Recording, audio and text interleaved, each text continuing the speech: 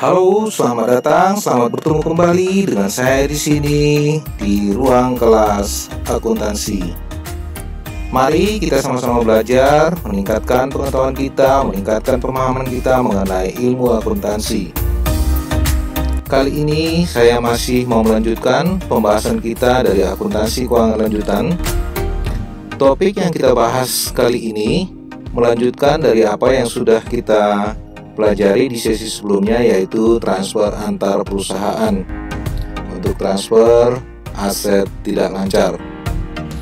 Kalau pada sesi sebelumnya kita membahas transfer antar perusahaan untuk penjualan downstream, tapi kali ini kita mau belajar membahas bagaimana menyajikan laporan keuangan konsolidasian apabila ada transfer antar perusahaan yang bersifat penjualan upstream.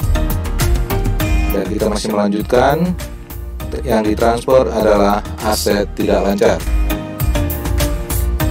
Baik adik-adik sekalian, sebelum kita melanjutkan pembahasan kita, apabila video ini bermanfaat bagi adik-adik sekalian, jangan lupa klik tombol like dan juga tombol subscribe agar channel ini bisa semakin berkembang dan semakin banyak video tutorial lainnya yang bisa kita hasilkan.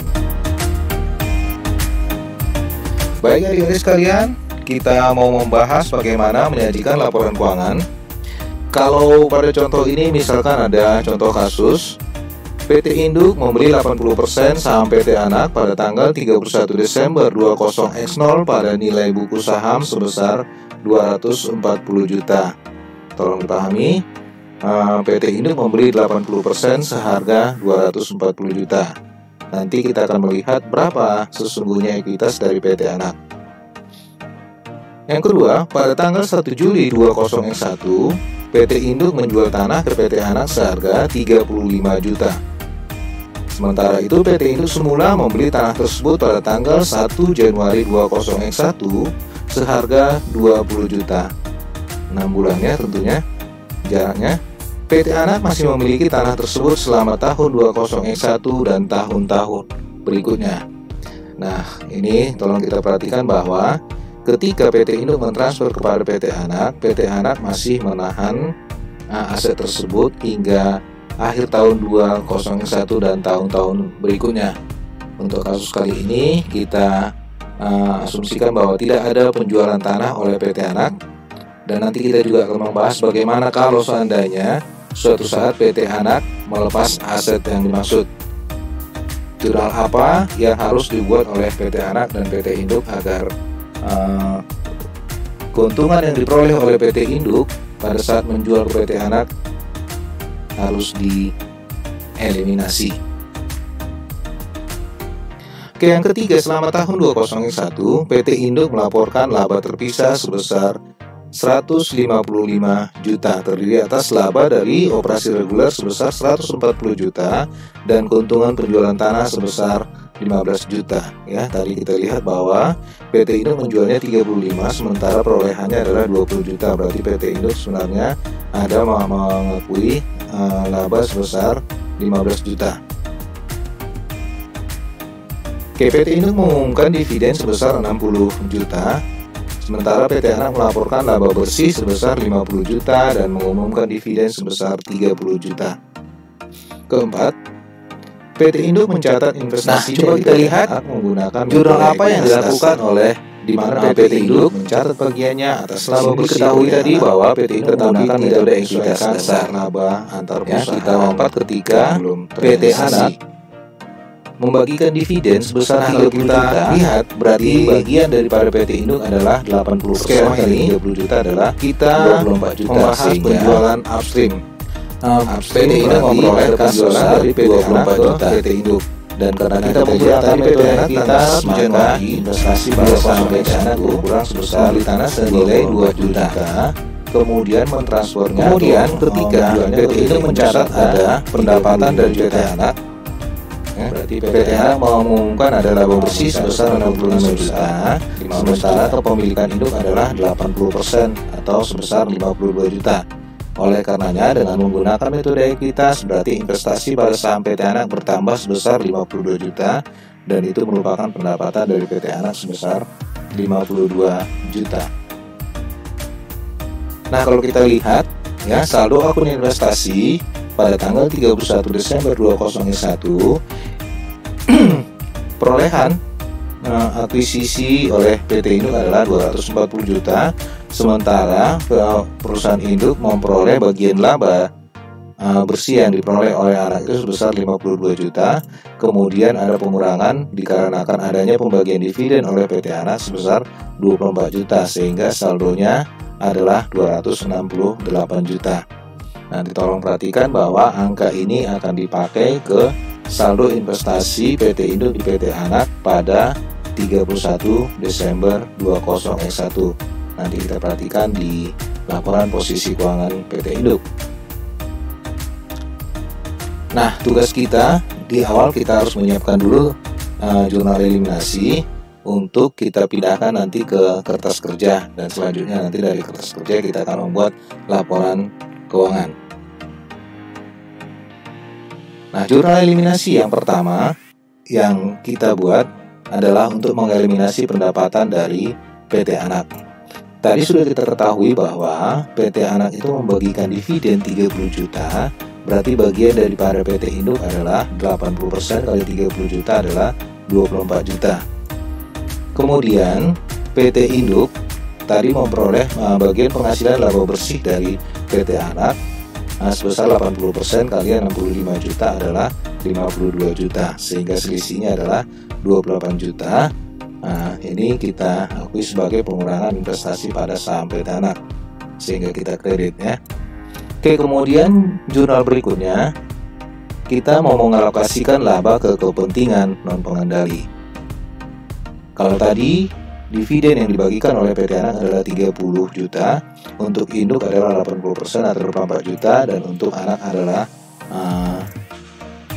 20% kali 30 juta sebesar 6 juta.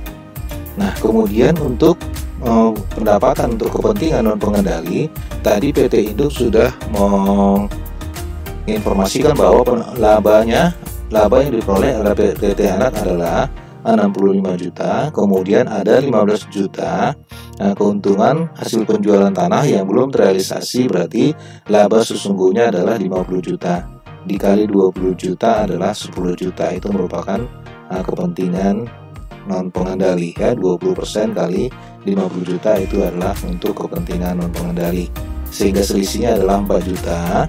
4 juta karena ini adalah untuk kepentingan non pengendali, maka muncul satu akun namanya kepentingan non pengendali.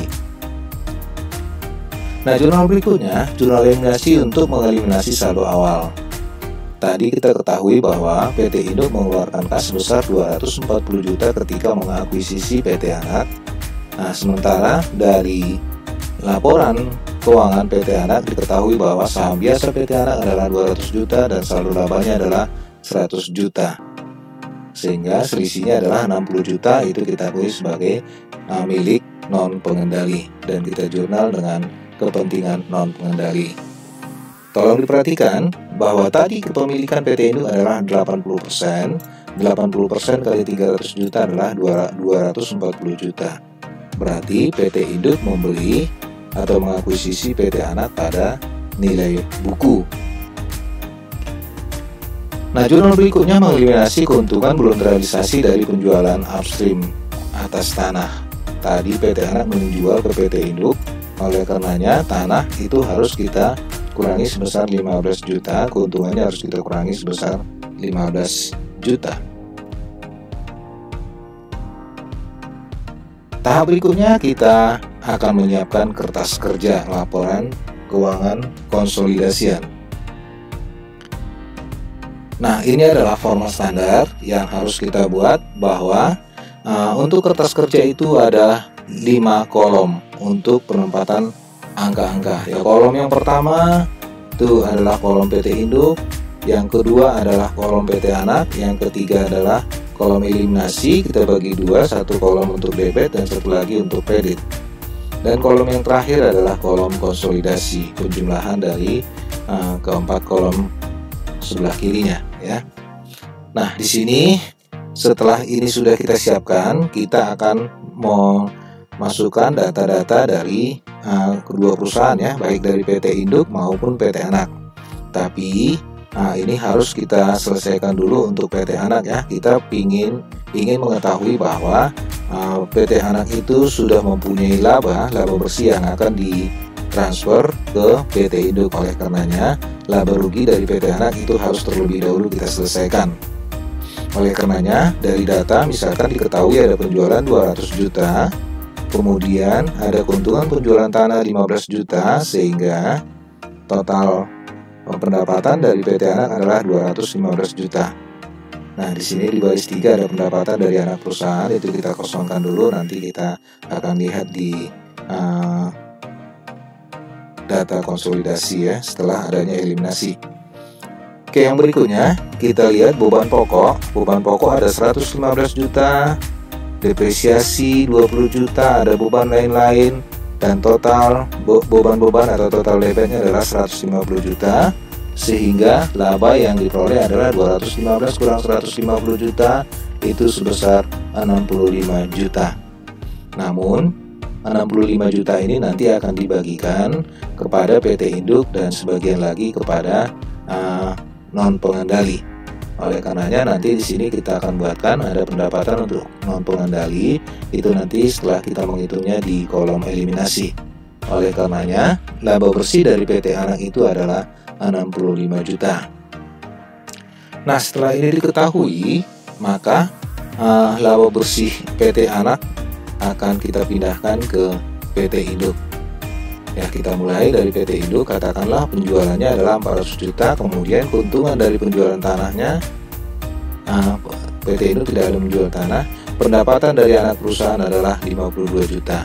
Tadi sudah kita ketahui bahwa laba bersih PT Anak adalah 65 juta, untuk Induk itu adalah 80% atau sebesar 52 juta. Sehingga total kredit atau total pendapatan dari PT Induk adalah 452 juta. Kemudian kita isikan beban pokok penjualan, depresiasi, beban lain-lain, itu totalnya adalah 260 juta rupiah. Oleh karenanya, laba yang diperoleh oleh PT Induk tadi pendapatannya 452 juta, kemudian bebannya adalah 260 juta, sehingga labanya adalah sebesar 190 juta rupiah.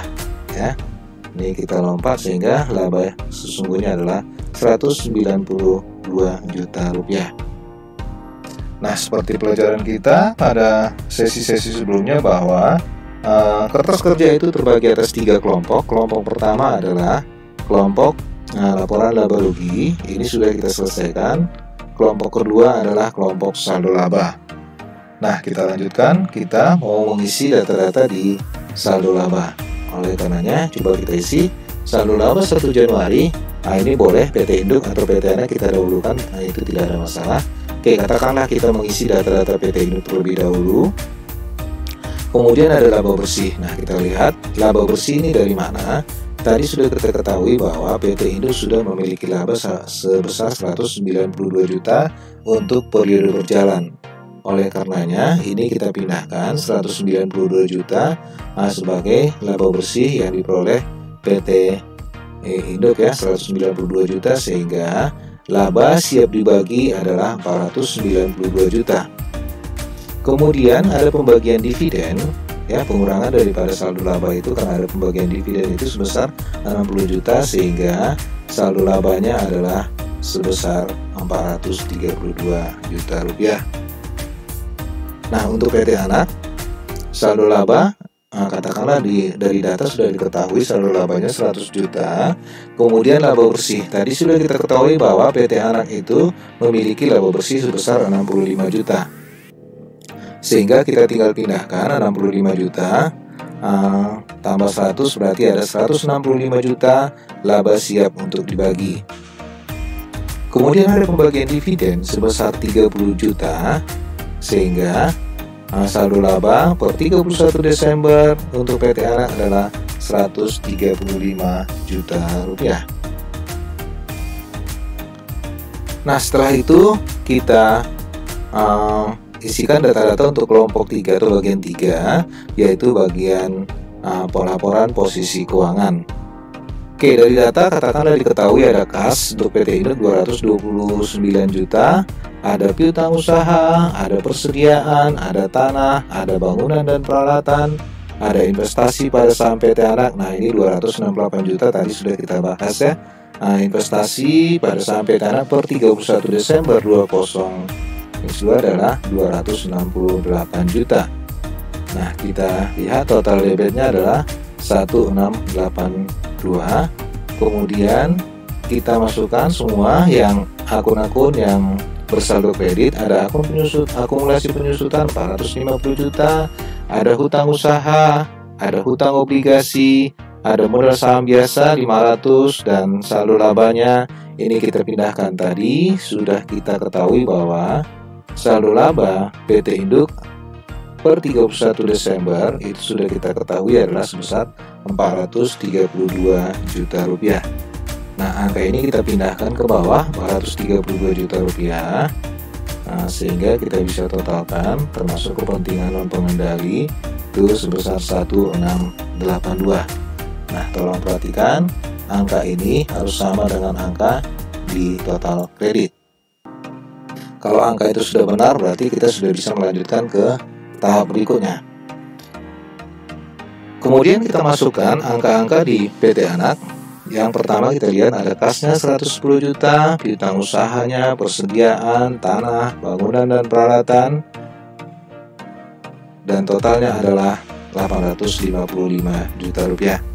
Kemudian kita masukkan angka-angka di saldo kredit ya.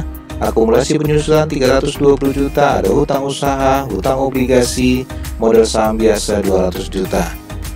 Dan untuk saldo laba, tadi sudah kita hitung bahwa PT Anak itu memiliki saldo laba sebesar 135 juta rupiah.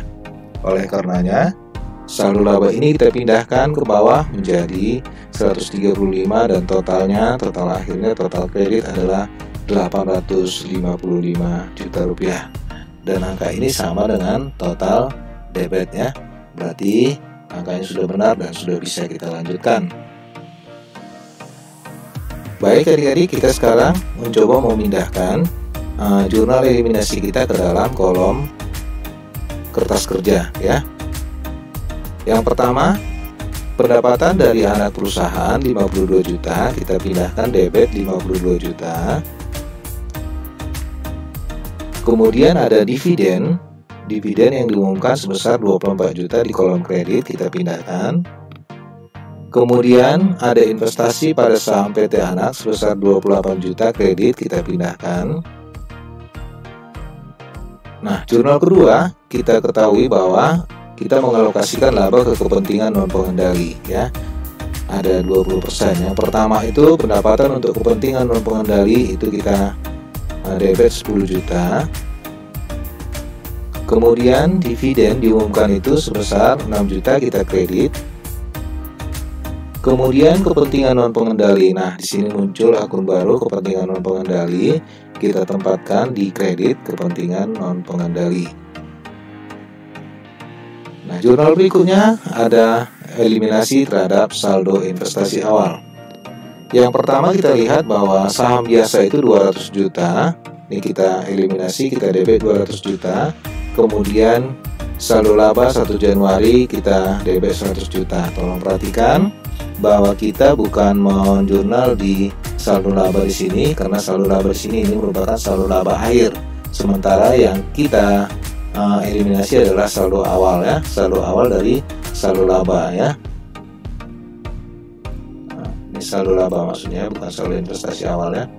Saldo laba awal itu sebesar 100 juta, ini kita pindahkan. Kemudian kita kredit investasi pada saham PT Anak sebesar 240 juta. Kemudian sisanya itu merupakan kepentingan non pengendali sebesar 60 juta. Kemudian kita mau memasukkan eliminasi yang terakhir, keuntungan penjualan tanah sebesar 15 juta kita debit, dan kemudian tanahnya kita kredit sebesar 15 juta. Nah, dengan demikian tugas kita untuk memindahkan jurnal eliminasi ke dalam kolom-kolom eliminasi sudah selesai. Tugas kita berikutnya adalah untuk menghitung atau menjumlahkan saldo-saldo yang ada di kolom eliminasi. Yang pertama, ya, untuk laporan laba rugi, total debitnya adalah 77 juta, kemudian total kreditnya adalah nihil ya. Nah, kemudian ini karena ini merupakan saldo merupakan laba bersih, ini akan kita pindahkan ke saldo laba ya. Tadi kita lihat 77 juta itu kita pindahkan ke bawah ke baris daripada laba bersih yang diperoleh pada periode berjalan sebesar 77 juta. Kemudian untuk kredit tadi ada nihil, ini kita pindahkan juga nihil. Sehingga kalau kita total ya, untuk saldo laba akhir itu adalah 177 juta untuk debit dan untuk kredit adalah 33 juta. Kemudian untuk laporan posisi keuangan bahwa saldo laba yang dari debit 177 juta kita pindahkan 177 juta, dan kemudian yang 30 juta juga kita pindahkan, sehingga angkanya untuk total debitnya adalah 377 juta dan total kreditnya adalah 377 juta. Dengan demikian kita bisa pastikan bahwa pemindahan angka eliminasi sudah benar karena jumlahnya adalah sama ya. Kemudian kita akan menjumlahkan di kolom konsolidasi. Yang pertama kita lihat ada penjualan. Kalau kita total tadi ada kredit 400, kemudian ada kredit 200 lagi, berarti totalnya 600. Kemudian keuntungan penjualan, itu tadi ada kredit 15 juta, kemudian ada debit 15 juta, sehingga hasilnya adalah nihil. Dan pendapatan dari anak perusahaan juga demikian. Ya, tadi ada kredit 52 juta, kita debit 52 juta, berarti hasilnya adalah nihil. Dengan demikian total daripada pendapatan adalah 600 juta. Demikian seterusnya kita jumlahkan beban pokok penjualan 170 juta debit dan 115 debit, itu berarti 285 juta dan seterusnya, sehingga total debitnya adalah 410 juta. Dan dari sini kita melihat bahwa total kreditnya 600, debitnya 410, berarti laba yang diperoleh adalah 190 juta rupiah. Namun total yang dari 190 juta rupiah ini ada yang merupakan bagian daripada kepentingan non pengendali, yaitu sebesar 10 juta. Ya, ini kita lihat deh, debit 10 juta, berarti laba sesungguhnya adalah sebesar 180 juta. Nah, ketika di kuliah ada yang bertanya, Pak, itu kenapa penjualan itu posisinya debit sebesar 10 juta, padahal kita ketahui bahwa penjualan adalah bersaldo kredit. Nah, ini kita perhatikan bahwa yang 10 juta itu adalah pengurang daripada laba bersih yang diperoleh keseluruhan yang secara gabungannya konsolidasi. Yang 10 juta itu harus kita keluarkan kepada kepentingan non pengendali. Nah, karena itu angka yang tercatat di sini nanti dicatat sendiri oleh kepentingan non pengendali ya. Oleh karenanya 10 jutanya kita keluarkan. Nah, berikutnya saldo laba kita jumlahkan ya. Kredit 300, kredit 100 dan debit 100, berarti totalnya adalah 300. Demikian seterusnya, kita persingkat saja jumlah-jumlah yang di kolom konsolidasi ya. Nah, namun untuk laba bersih seperti yang kita lakukan sebelumnya, bahwa saldo laba ini kita pindahkan dari laporan laba rugi ya, sebesar 180 juta, sehingga totalnya adalah 480 juta. Dan dividen yang diumumkan kita jumlahkan 60 juta, sehingga saldo laba akhir adalah sebesar 420 juta. Kemudian kita pindahkan kas ya. Nah, ini kita lewatkan saja bahwa penjumlahannya, katakanlah kas, piutang usaha, persediaan tanah dan bangunan sudah kita jumlahkan, sehingga totalnya adalah 2.254 juta. Nah, untuk saldo-saldo kredit akumulasi penyusutan kita jumlahkan menjadi 777 juta, hutang usaha, hutang obligasi dan modal saham biasa kita jumlahkan. Namun untuk saldo laba seperti yang kita lakukan sebelumnya, bahwa saldo laba ini kita pindahkan dari saldo laba di laporan saldo laba. Ada 420 juta, kita pindahkan sehingga satu lagi ada kepentingan non pengendali, kita jumlahkan 64 juta sehingga totalnya adalah 2254. Dan angka kredit ini sama dengan angka debit, berarti penghitungan kita sudah benar dan kita sudah bisa melanjutkan ke tahap berikutnya.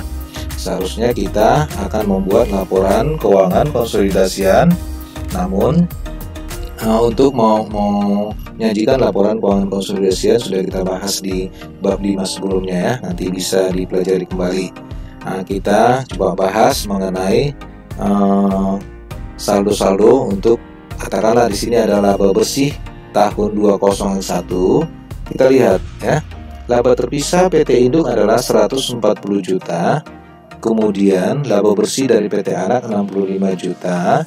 Kemudian ada yang belum terrealisasi sebesar 15 juta, berarti laba bersihnya adalah 190 juta. Kemudian ada laba yang harus dibagi kepada kepentingan non pengendali, itu sebesar ya, tadi PT Anak itu punya laba 65 juta tapi belum terrealisasi 15, berarti ada 50 juta. Untuk non pengendali sebesar 20 juta, berarti 10 juta.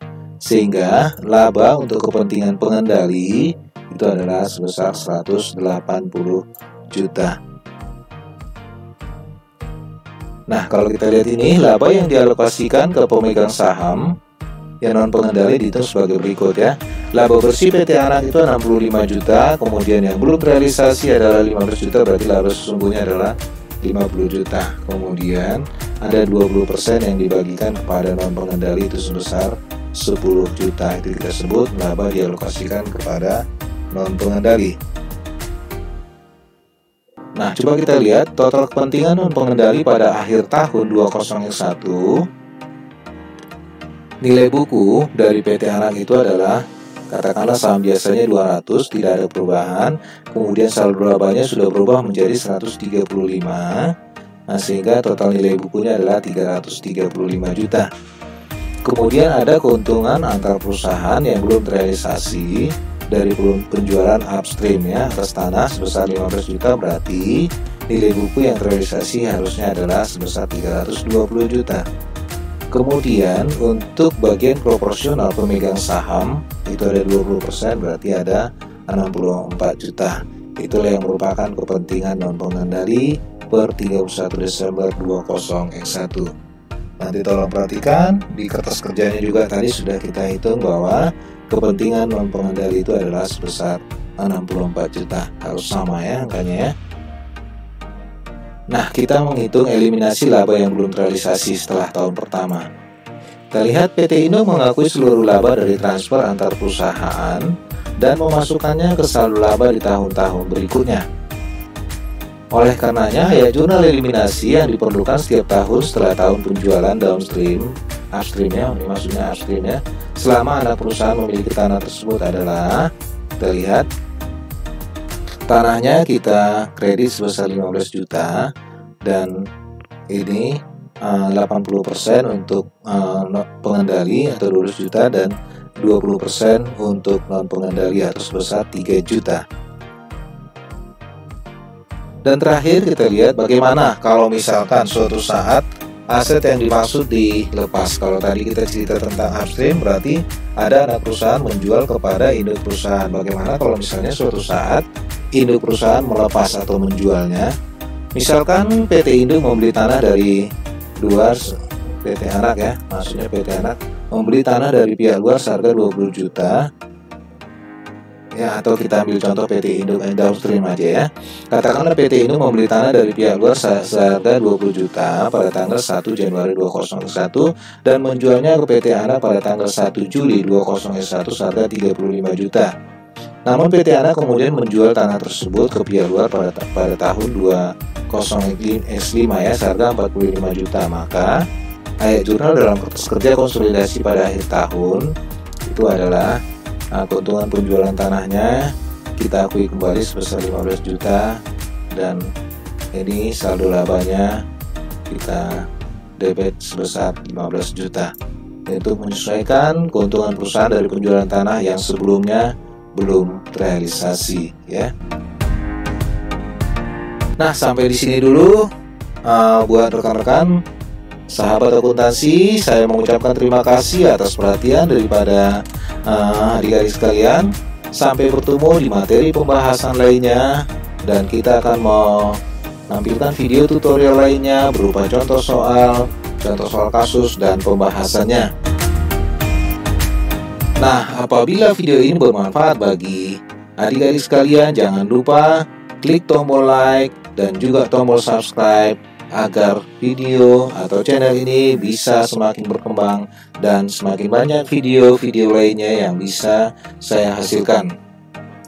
Dan agar video ini juga bisa berkembang dan semakin banyak orang yang bisa menerima manfaat dari video tutorial ini, jangan lupa klik tombol share dan bagikan kepada rekan-rekan kita bisa belajar mengenai ilmu akuntansi.